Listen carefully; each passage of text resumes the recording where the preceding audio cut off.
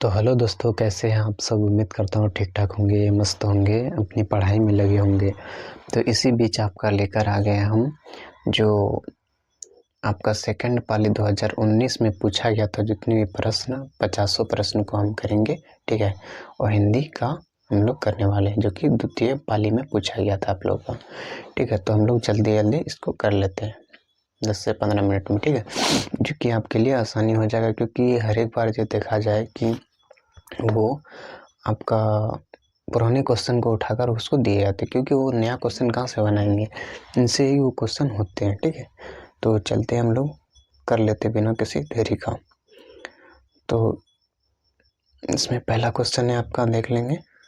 कहता है कि वातावरण शब्द का संधि विच्छेद क्या है।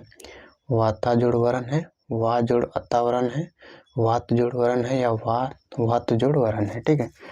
तो इनमें से सही आंसर जो हो जाएगा वो आपका वो बताना है।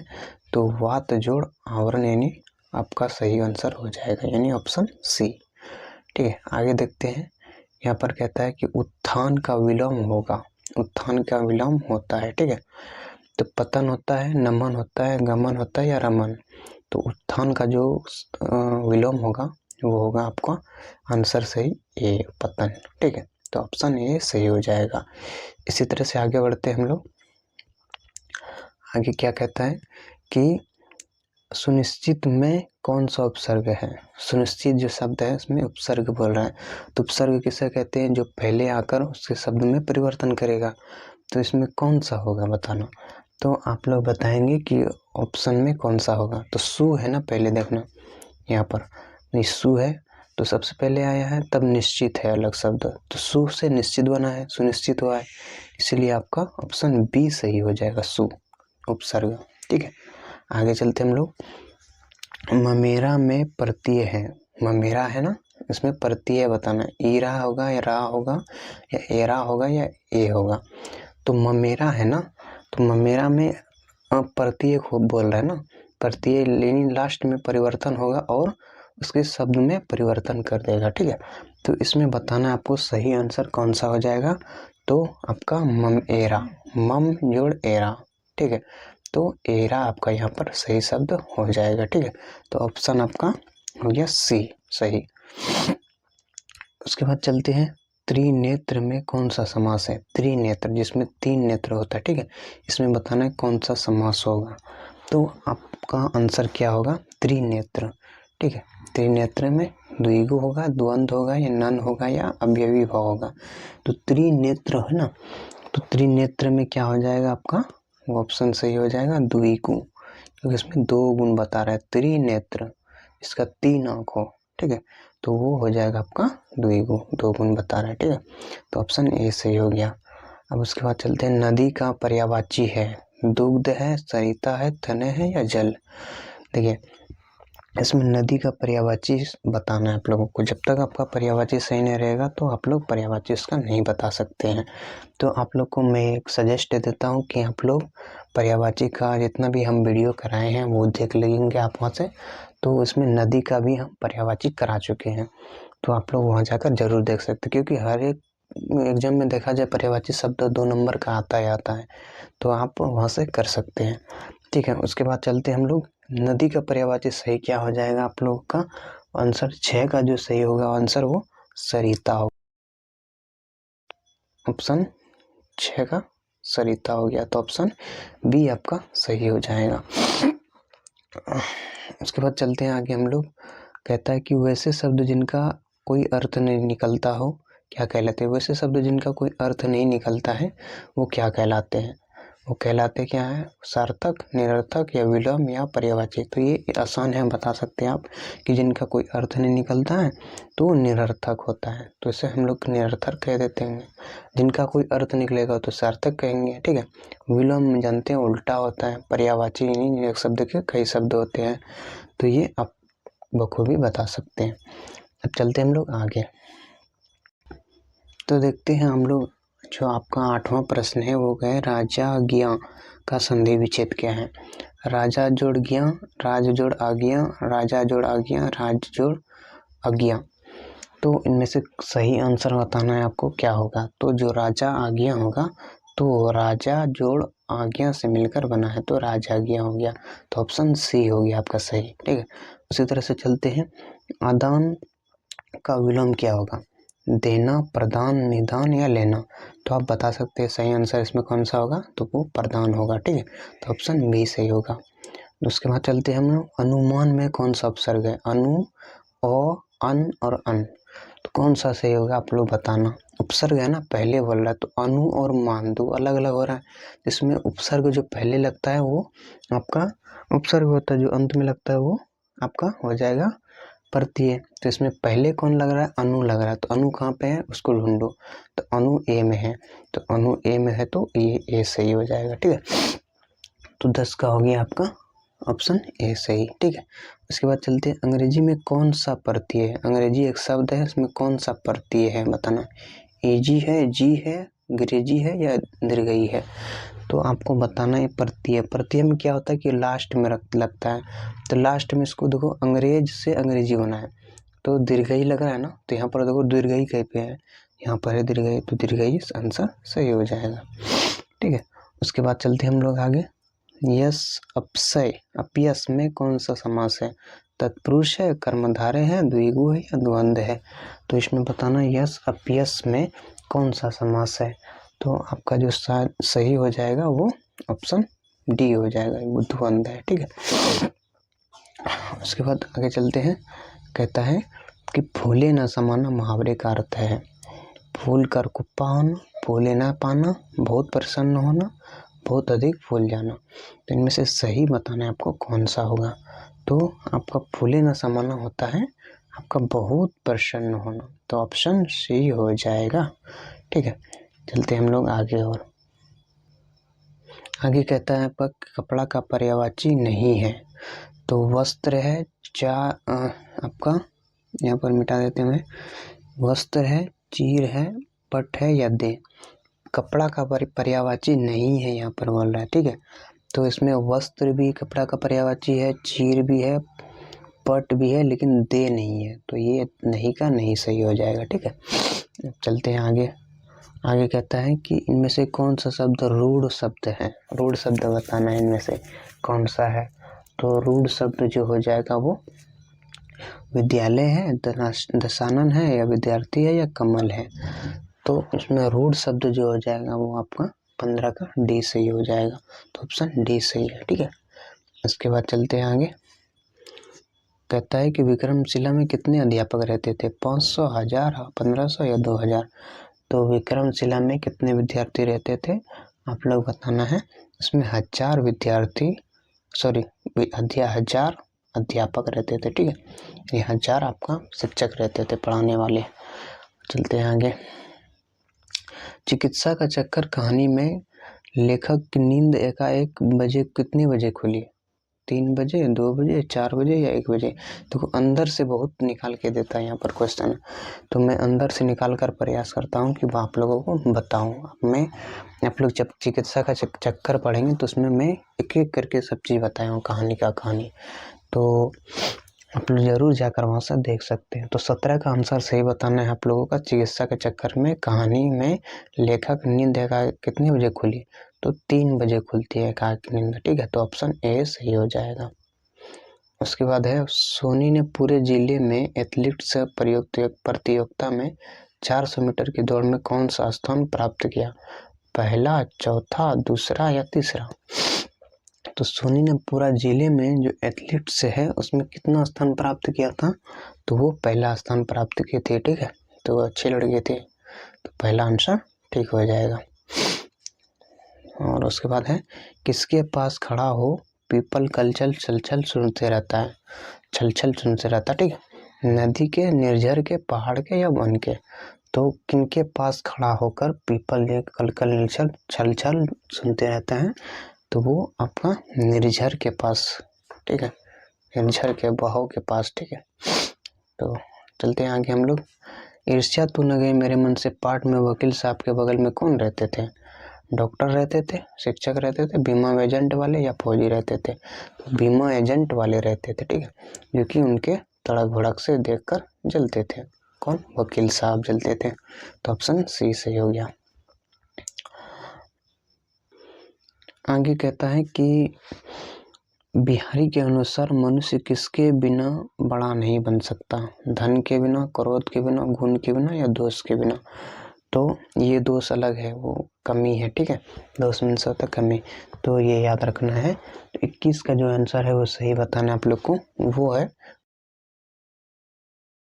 वो है गुण। गुण के बिना कोई भी इंसान बड़ा नहीं हो सकता, ठीक है। तो याद रखना ऑप्शन सी है। मनुष्य के अनुसार, बिहारी ने कहा था, मनुष्य के अनुसार किसके बिना बड़ा नहीं बन सकता है, तो वो गुण के बिना। जिसमें किसी का गुण नहीं रहेगा तो बड़ा नहीं बन सकता, तो ये बिहारी जी कहते थे।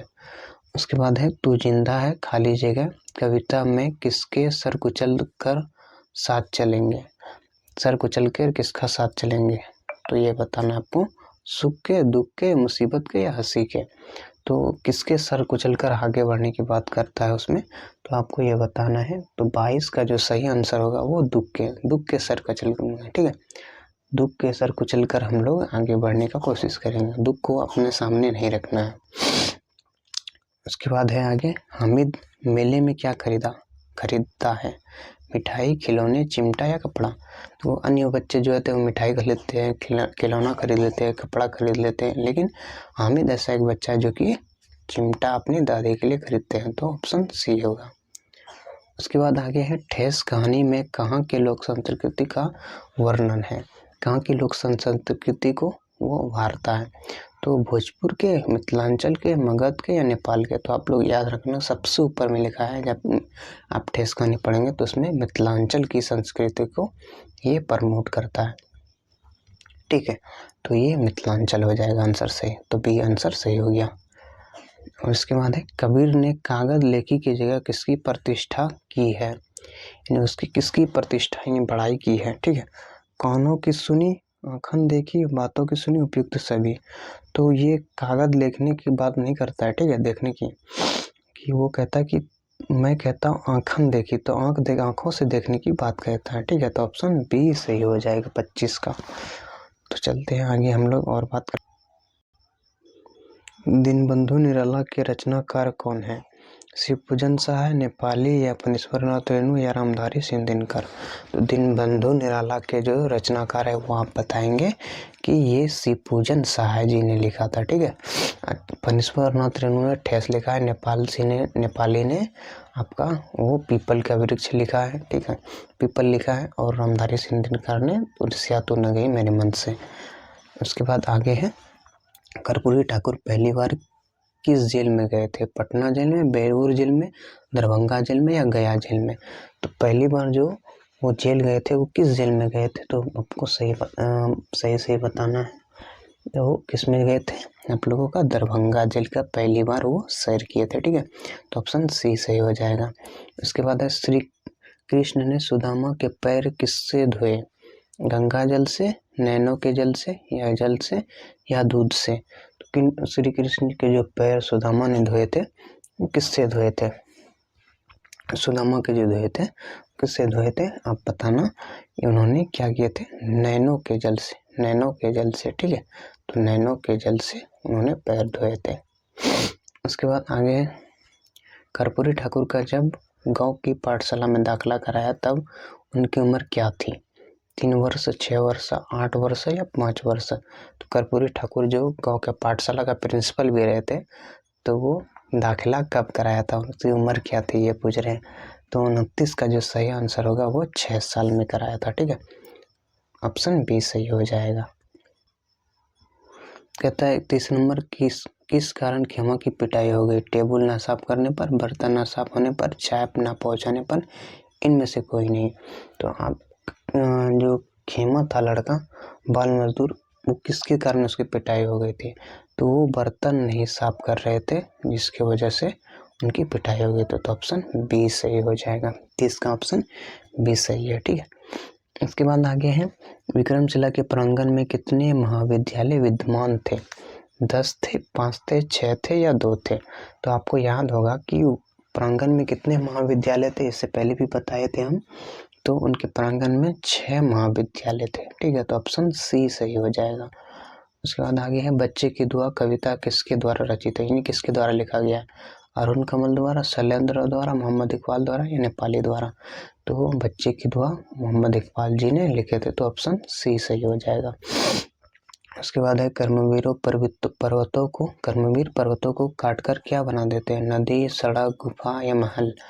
पर्वतों को काटकर क्या बना देते हैं वो कहता है कि पर्वतों को कर्मवीर जो होते हैं वो पर्वतों को काटकर क्या बना देते हैं, एक सड़क बना देते हैं, सपाट बना देते हैं, ठीक है, तो सड़क बना देते हैं।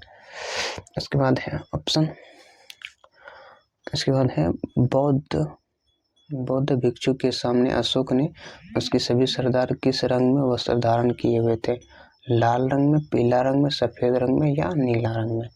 तो बौद्ध धर्म के सामने जब वो झुके थे तो वो कौन सा वस्त्र धारण किए थे ये आपको बताना है। तो 34 का आंसर सही हो जाएगा, वो पीला वस्त्र धारण किए थे, ठीक है, तो ऑप्शन बी सही हो जाएगा। 35 नंबर क्वेश्चन कहता है विक्रमशिला में पुरातात्विक खनन के दौरान भूमि स्पर्श मुद्रा में किसकी प्रतिमा प्राप्त है, भगवान महावीर की, भगवान कृष्ण की, भगवान बुद्ध की, भगवान शंकर की। तो वहाँ पर एक हिसाब से कहा जाए तो वहाँ पर भगवान बुद्ध के वहाँ पर भगवान बुद्ध के प्रतिमा प्राप्त हुए थे, क्योंकि वो बौद्ध का एक अध्ययन के अंदर था, इसलिए वहाँ पर बौद्ध का वहाँ पर मूर्ति निकला था, ठीक है। तो चलते हैं आगे हम लोग। खेमा के पिता ने भरण पोषण के दायित्व से मुक्त होने के लिए अपने बेटों को बेच दिया। 2, 4, 3, 1 कितने पैसे में बेचा होगा, ठीक है, कितने बेटों को बेच दिया था, कितने बेटे थे जो उनको मुक्त करने के लिए बेच दिया था। तो इसी तरह से जब वो कहानी सुनेंगे ना तो आप उसमें बताता है कि उनके जो 4 बेटे थे वो भरण पोषण के दायित्व में कमी होने के कारण वो 4 बेटों को ऐसे ही बेच दिया था। उसके बाद है पुरानी तलवार कब चमक उठी, सन 70 में, सन 40 में, सन 57 में, सन 55 में। तो ये आप लोग सुने होंगे कि सन 57 में, ठीक है, सन 57 में आप लोग वो कविता पढ़ेंगे तो इसमें लिखा गया है सन 57 में मुँह हर वेलोती ऐसे करके है उसमें। तो ये सन 57 का वहाँ पर जिक्र होता है, इसलिए सन 57 अपना सही हो जाएगा। आगे चलते हैं, बात कर लेंगे। जाड़े की रात में पहाड़ में कौन रो रहा है, कवि, हिरन, पक्षी, खरगोश। तो ये कवि लिखते हैं कि जाड़े की रात में पहाड़ पर जो रो रहा था वो एक हिरन का बच्चा था, तो हिरन सही हो जाएगा। 38 नंबर का आंसर है 39 का कि डॉक्टर जोहानाथ कातर जी ने ARCF कहाँ से की थी, अमेरिका से, फ्रांस से, लंदन से या रूस से। देखो डॉक्टर कातर जी जो थे वो FRCS ये एक डिग्री होती है वो कहाँ से प्राप्त किए थे। तो 39 का जो सही आंसर होगा वो लंदन से प्राप्त किए थे, तो इसलिए आंसर सी हो जाएगा सही। उसके बाद खुशबू रस्ते हाथ साहित्य में कौन सी विद्या है, कहानी है, नाटक है, कविता है, निबंध है। खुशबू रस्ते हैं हाथ ये कौन सी विद्या है बताना, ठीक है, विद्या है तो वो एक कविता है, आप बताएंगे तो वो कविता हो जाएगा, तो ऑप्शन सी है, ठीक है।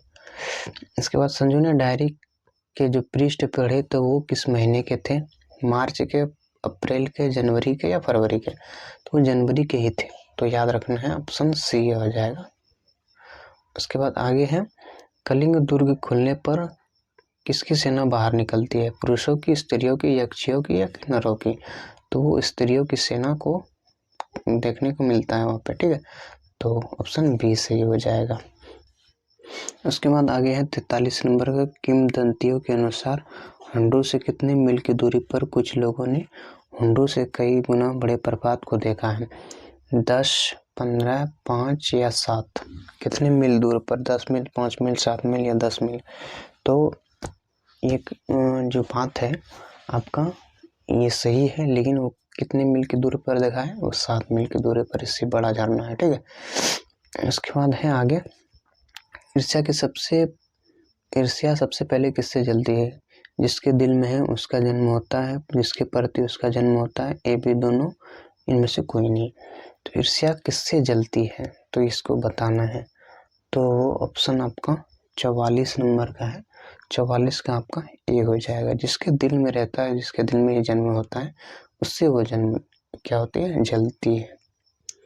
उसके बाद है आपका नरेगा कार्यस्थल के ठेकेदार के सामने बच्चों के जुलूस नेत्री में कौन खड़ी हो गई? गुड़िया, सोनी, जैनब या कदम? तो 45 का ऑप्शन सही बताना है आपको। तो एक कदम लड़की थी जो कि आपका नरेगा वो बाल मजदूर के हिसाब से वो ठेकेदार रहती है या संरक्षक के रूप रहती है। तो वो किसी बाल मजदूर को उसमें काम करने के लिए जाने के लिए मना करता है। अगर देख लेते हैं, वो कहते हैं धमकी के तौर पे कि देख अगर लेंगे तो हम काम बंद करवा देंगे, ठीक है। तो ऐसा एक सरदार रहती है उसमें। तो आप कहानी जरूर पढ़ना, ठीक है, हौसले की उड़ान। उसके बाद आगे है आपका,